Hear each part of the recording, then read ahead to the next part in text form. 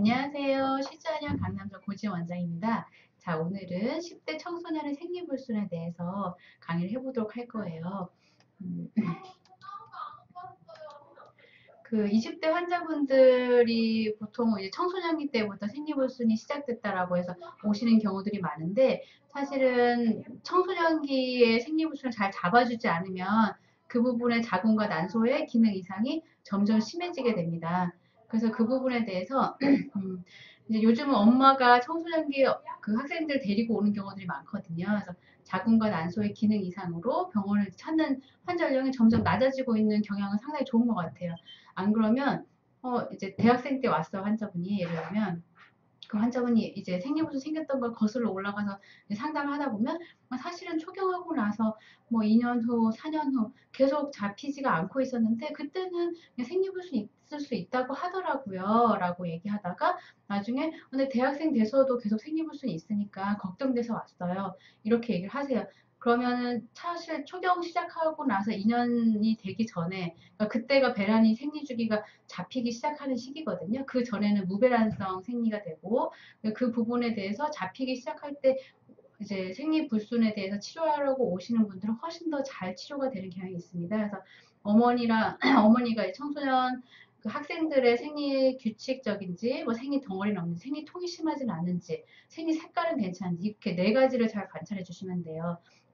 그 양색통괴라고 하는데 생리양, 뭐 생리주기, 그리고 생리통, 그리고 생리덩어리 등 이렇게 그 생리색깔 이런 부분들에서 주기와 아까 얘기한 네 가지 부분의 혈성 양상을 잘 관찰해 주시고 이제 청소년 사실 공부하느라 바쁘잖아. 자기 생리가 어떻게 되는지 주기를 모르는 학생들 대부분이거든요. 그래서 이건 엄마가 챙겨야 되는 부분이니까 만약에 잘 잡히지 않는다면은 이렇게 이제 2년이 되기 전에 치료를 하는 게 훨씬 빠르게 잘 치료가 됩니다.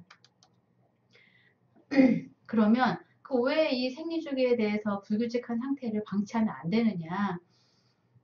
사실 저희 한의원에서는 이렇게 청소년, 이렇게 어린 학생들의 생리불순도 많이 치료하지만 나중에 이제 나이가 들어서 결혼하고 아기를 갖고 싶은데 잘 안 생기는 난임 환자분들도 같이 이제 환자분들로 이제 오시거든요. 이 환자분들이 가장 힘들어하는 게 난소 기능 저하예요. 불규칙한 생리 주기를 방치하게 될 경우에 난소 기능이 너무 빨리 저하가 돼서 아기를 갖고 싶을 때 난소가 잘 기능하지 않아서 시험관 아기를 진행하는 분들도 뭐 5차, 6차까지 실패하는 경우가 상당히 흔할 정도로 난임으로 이어지는 경우도 있습니다. 실제로 환자분들 중에는 30대 초반, 30대 중반이 아직 되지 않는 이제 젊은 연령층이 사실은 가장 뭐 임신에 대해서 요새는 결혼도 늦으니까 이 나이 때 임신을 처음 시도하는 경우가 되게 많거든요. 근데 이미 그때 가서 검사를 했더니 자기 나이보다 10세가 더 오버된 뭐 40대 중반의 난소 기능으로 나왔어요. 그래서 난소가 잘 안 자란대요. 배란이 잘 안 돼요. 생리 주기가 너무 길어져요. 너무 짧아져요. 이렇게 극심한 난소 기능 저하로 인해서 난임 환자분들이 정말 많이 증가를 하고 있어요. 그래서 그 자연임신 시도가 아니라 시험관하기 진행해야 되고 시험관하기 진행도 뭐 3차 이하에서 사실은 성공하면 좋은데 그러지 못하고 5차 이상, 10차 이상, 20차 이상 이렇게 상당히 많은 호르몬의 그 차수를 경험하게 되는 경우도 많으니까 그 부분에 대한 고리를 제일 처음 잘 잡기 위해서는 청소년기 때 생리가 시작되면서부터 자기 주기를 잘 가질 수 있도록 돌봐주는 게 상당히 중요합니다. 그러면 청소년 생리불순이 왜 중요한가? 일단 첫 번째는 청소년기 자궁은 아직 굉장히 작아요. 이제 초음파 영상상으로도 보면 성인의 자궁보다 청소년기 자궁 훨씬 아직 작거든요. 미숙한 상태예요.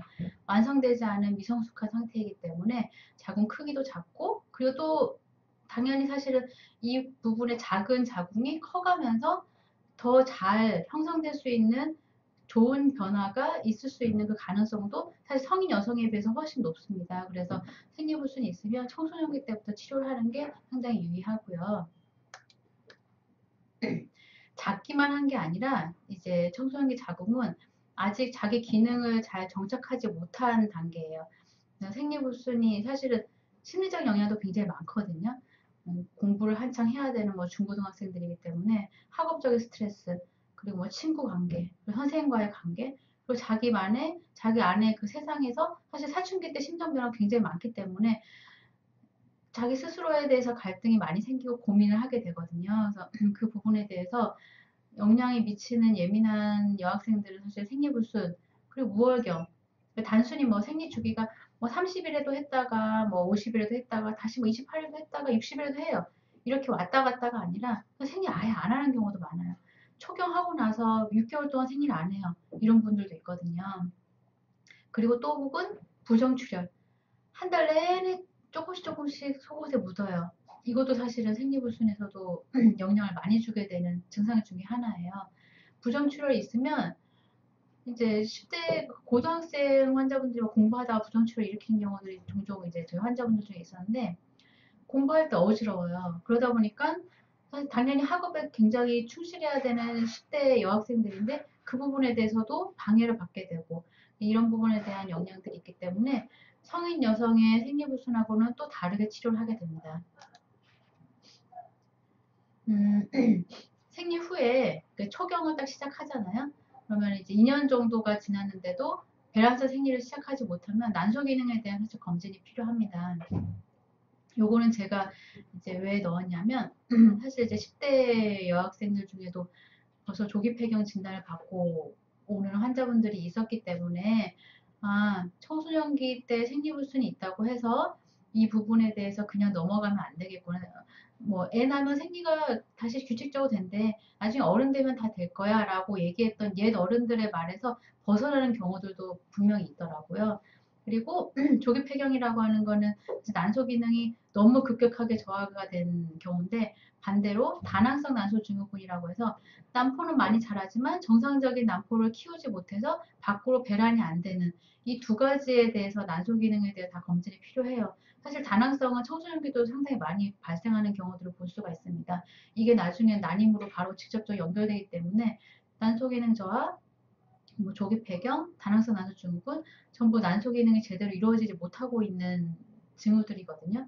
이 부분에 대해서는 난임하고 관련이 많은 부분을 사실은 기억하셨다가, 아, 우리 딸이 혹은 내가 현재 생리불순이 있다고 하면은, 아, 이거 지금 치료가 필요한 상황이고 치료를 하면은 자궁과 난소 기능이 회복될 수 있겠구나라는 걸 알고 계시면 좋을 것 같아요. 이제 청소년기, 그러니까 사춘기 혹은 뭐 10대 여학생을 딸로 자녀로 둔 이제 엄마가 만약에 이 방송을 보고 있다고 하면은, 난속이는 나는 애 잘 낳는데 그 여자라고 하면 다 생리 잘하는 거 아니야? 그애 낳는 거고, 이렇게 쉽게 사실은 내 몸이 건강했던 여성분들이라고 하면은 나의 딸의 변화에 대해서 좀 낯설게 느껴질 수가 있어요. 근데 요즘 학생들은 난소 기능과 생리불순에 대해서 우리 세대보다도 사실은 우리 다음 세대의 이제 딸들에 대해서는 변동들이 많거든요. 그래서 난소 기능에 대한 이제 검진이 이제 생리가 불순하면 필요한 이유가 뭐냐면, 난소의 이제 정상 기능이라고 하는 이제 배란, 그러니까 난포가 조그맣게 있다가 점점 커져서 뭐 생리 한 14일 때쯤 되면은 난자가 밖으로 배출되는 배란, 이 기능을 매달 할 수 있어야 되거든요. 근데 그 부분에 대해서 잘 안 돼요. 1년에 뭐 두세 번. 그러니까 예를 들면 생리를 하더라도 배란을 하면 생리할 때가 있고 안 하면 생리할 때 있고, 혹은 뭐 이제 생리를 하더라도 저 한 달은 건너뛰고 뭐 짝수달만 해요. 뭐 두 달에 한 번씩 해요. 이렇게 생리 주기가 아주 길어지는 분들도 있고요. 혹은 오히려 더 짧아서 한 달에 두 번 해요. 계속 출혈이 멈추지 않아요. 등의 출혈에 대해서 너무 빈번하게 빈발월경의 증상으로 생기는 경우도 있습니다. 이런 부분들이 전부 이제 월경 불순에 해당하는데, 이런 난소의 기능이 생리불순으로 이어지는 경우이기 때문에 생리불순만 가지고 이제 생리가 불순하구나라고 보는 게 아니라, 아, 그 뒤에 있는 큰 의미인 가장 중요한 난소 기능에 대해서 문제가 생길 수 있겠구나라는 거를 이제 기억해 주시면 좋겠고요. 그리고 또 하나는 사실 이제 안타까운 부분이긴 해요. 근데 점점 이 자궁 질환, 난소 질환에 대한 그 연령층이 낮아지고 있거든요. 그래서 자궁 내막증, 다낭성 난소 증후군, 혹은 청소년기 조기 폐경.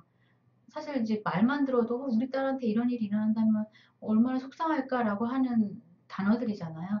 근데 실제 이런 환자분들이 엄마와 같이 오게 되세요. 치료를 받으려고. 저도 딸을 가진 이제 엄마로서 이렇게 보면 상당히 안타깝고 마음이 아프거든요.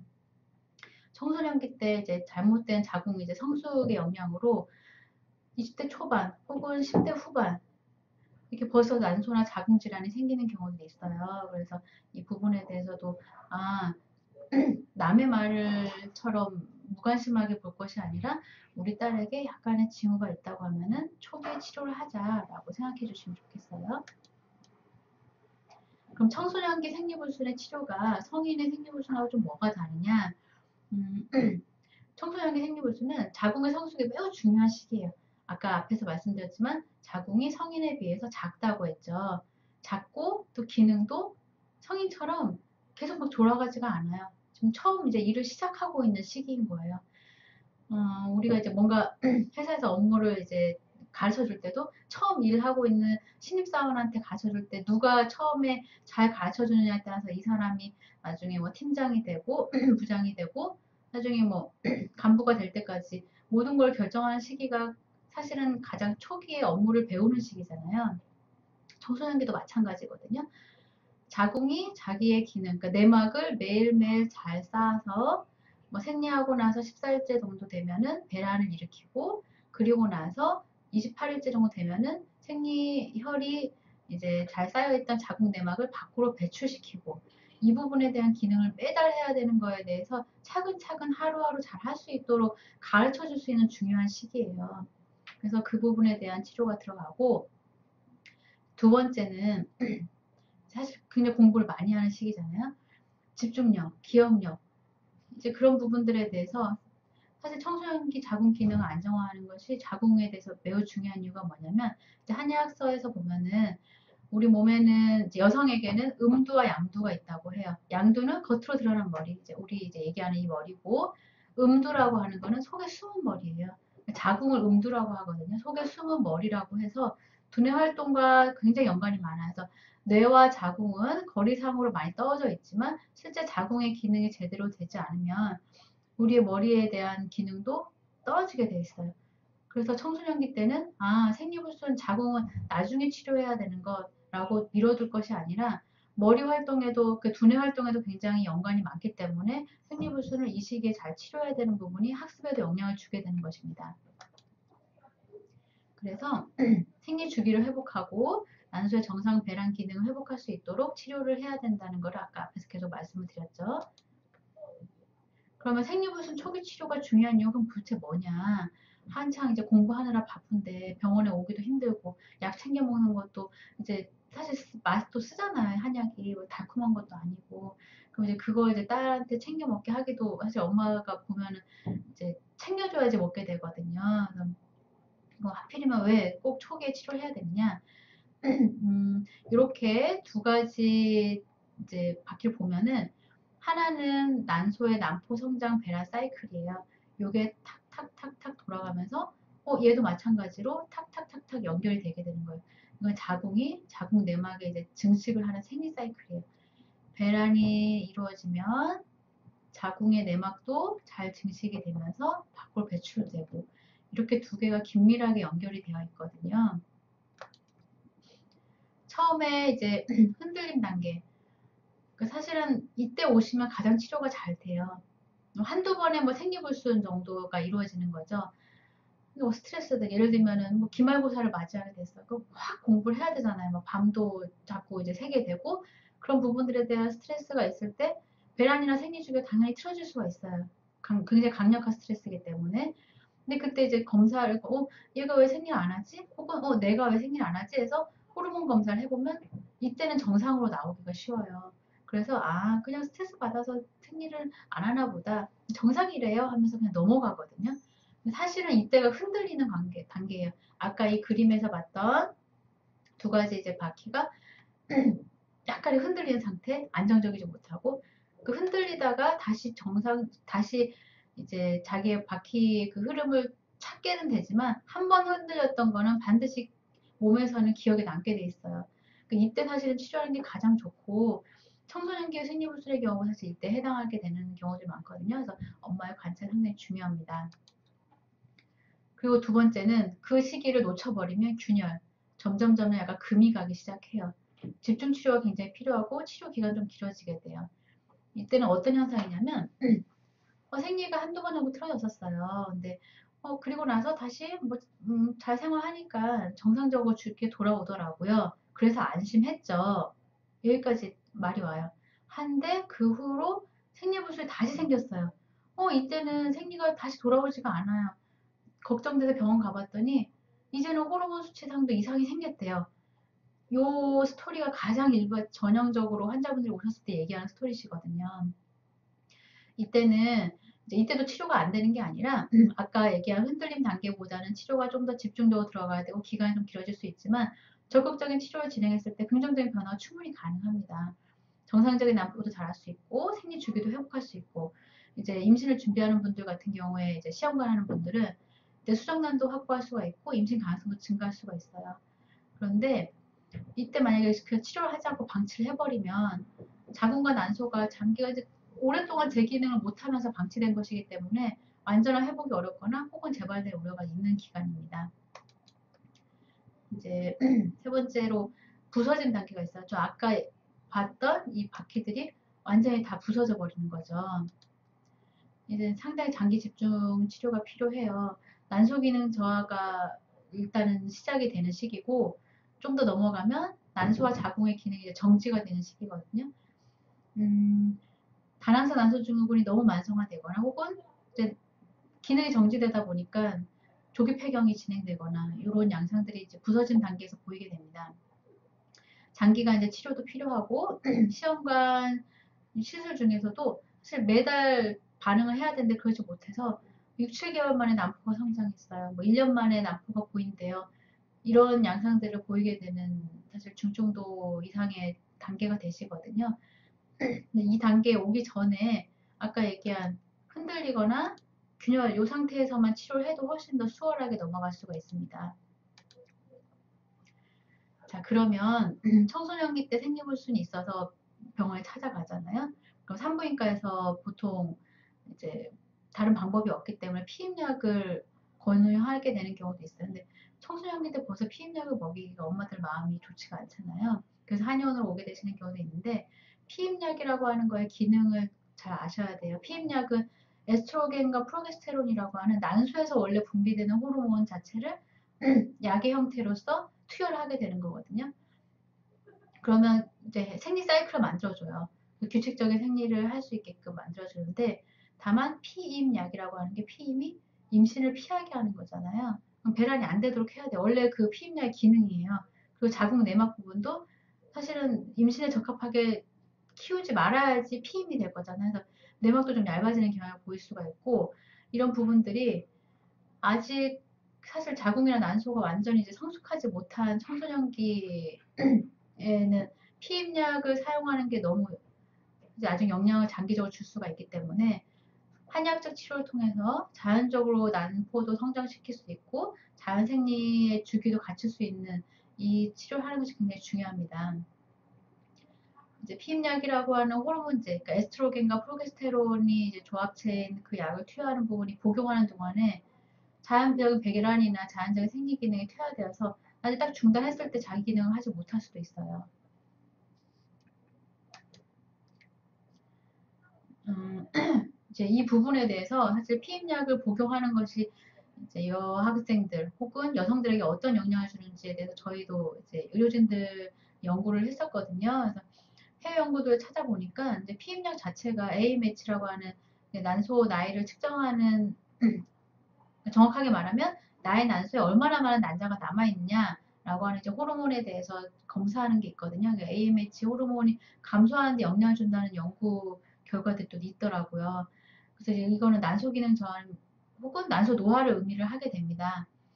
덴마크의 이제 코펜하겐 대학에서 이제 연구를 한 건데 그 골자가 요거였어요. 피임약 복용이 여성의 난소 예비력, 그러니까 난소가 갖고 있는 난자의 개수를 말하는 거예요. 그 부분이 많을수록 좋은 거거든요. 이 부분에 대해 현저하게 감소시켜서 난소가 노화를 일으킨다는 연구 의미가 있었어요. 그래서 좀 자세히 보면 이제 19세에서 46세 한 833명의 여성을 대상으로 진행했는데 피임약을 복용하지 않은 여성에 비해서 피임약을 복용한 여성의 AMH가 19%가 저하됐어요. 사실 실제로 AMH가 낮아가지고 난소 기능 저하 있는 분들이 오시면은 AMH 뭐 진짜 5% 증가시키기가 정말 힘들거든요. 근데 19%가 저하됐다는 거는 상당히 많은 유의한 차이가 있습니다. 그리고 이 연구에서 이제 좀 주목할 만한 사항이 19세에서 29세 여성의 경우에 피임약 복용했을 때 훨씬 더 뚜렷하게 나타났어요. 그 부분 보고 아 진짜 청소년기 혹은 대학생 이 여성들이 피임약을 복용하는 거는 상당히 신중해야겠다라는 생각이 들고 저희도 환자분들한테 그 부분 적용해서 자연적인 배란과 생리할 수 있도록 한약적 치료를 많이 강조하는 편입니다. 이제 저희 한의원에서 생리불순 치료할 때는 이제 중증도 이상의 경우에 자궁의 기능이 이제 지금은 제대로 잘 안 되는 경우에는 자궁 신부 치료라고 하는 자궁 쪽으로 혈류를 공급하고 제대로 기능을 회복할 수 있는 치료를 들어가게 되고요. 음, 이제 그 치료 단계가 우선은 자궁의 혈액 순환을 촉진하게 되고 그 혈액이 일단 잘 들어가서 이 부분의 자궁이 자기 기능을 할 수 있도록 해주는 거, 영양 공급을 해주는 거죠. 그리고 내가 필요하지 않은 것도 배출도 할 수 있어야 돼서 자궁 독소 이제 배출을 하게 되고 그러면 이제 혈액 순환을 촉진하고 배출이 제대로 잘 되게 되면 자궁 기능이 이제 이상했던 부분이 회복할 수 있도록 치료가 들어가게 됩니다. 그리고 이제 덧불어 이제 아까 이제 얘기한 자궁 신부 치료 외부에서 골반강 내에 있는 자궁의 혈류 순환을 도와주게 되는 거고 복용하는 물질이 필요한 경우들이 상당히 많아요. 그럴 경우에는 이제 한약 치료 중에서 이제 이 환자한테 필요한 부분에 대해서 적용하고 복용을 하게 됩니다. 자, 오늘 사연을 볼까요? 이분 같은 경우에는 생리 시작한 지가 초경 시작한 지 10년 정도가 됐어요. 20대 환자분이시겠죠?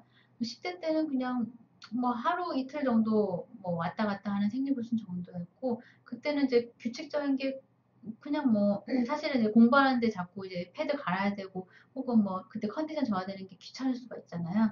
그런 것을 이제 인식하지 못하고 있었는데 그리고 생리불순이 생기면 1년 정도 그냥 그럴 수 있겠구나라고 이제 생각을 했었는데 몇 년 지나니까 점점 걱정되고 뭐 이러다가 임신 못하는 거 아닌가 걱정이 돼요. 생리불순에 피임약 도움이 된다는 말 들은 적이 있는데 피임약 복용해도 될까요? 사실 20대 환자분들이 요 얘기를 환자로 오셨을 때 많이 하기도 하시고 피임약 복용을 했었어요. 근데 생리불순이 잘 치료가 안 돼서 다시 와봤어요. 라고 얘기하는 환자분들도 많으시거든요. 아까 얘기했던 피임약 부분 이제 사실 호르몬제를 복용하는 동안에는 생리가 주기적으로 규칙적이기 때문에 아 내가 생리를 잘 하는구나라고 사실 착각할 수가 있어요. 그런데 나중에 피임약을 끊고 나서 나만의 자연적인 배란을 할 수 있어야 되고 자연적인 생리가 이루어질 수 있어야 되는데 그 부분이 회복되지 않는 경우들이 상당히 많습니다. 왜냐하면 나의 난소 기능에 대해서 실제로 치료를 한 것이 아니기 때문이에요. 그래서 그 부분에 대해서 아까 이제 연구도 얘기해 드렸죠. 이것도 이제 최근 연구거든요. 그래서 저희도 사실은 이 연구 결과 및 혹은 환자분들이 얘기하는 증상적인 부분을 보고서 아 이제 피임약 부분이 아니라 한의학적인 치료로 그러니까 실제 자기의 자궁과 난소가 기능을 할 수 있게끔 시간이 좀 걸리더라도 그 부분에 대해서 회복할 수 있게끔 치료를 상당히 많이 강조하고 있습니다. 이제 마지막으로 오늘 퀴즈예요. 청소년기 생리불순을 방치했을 때 그냥 치료하지 않고 놔둬버렸을 때 나타날 수 있는 질환이 아닌 것을 골라주시면 되는데 1번 질염, 그 다나스 난소증후군, 자궁내막증, 난소기능 저하 이 부분에 대해서 이제 카카오톡으로 보내주시면 저희가 보고 확인하도록 할게요. 저희 쉬즈 앱 리뉴얼 됐어요. 저희 재진분들이나 혹은 뭐 초지분들 혹은 저희 시자년에 실제로 와서 치료받지 않는 여성분들한테도 상당히 도움이 되는 정보들이 많이 있고 저희가 이 부분에 대해서 이제 도움을 드릴 수 있도록 컨텐츠 상당히 많이 이제 올려놓고 있거든요. 그래서 요 다운 받으셔서 활용하시면 좋으시니까 한번 참고하세요. 오늘 강의는 여기까지 할게요. 추운 겨울인데 감기 조심하시고요.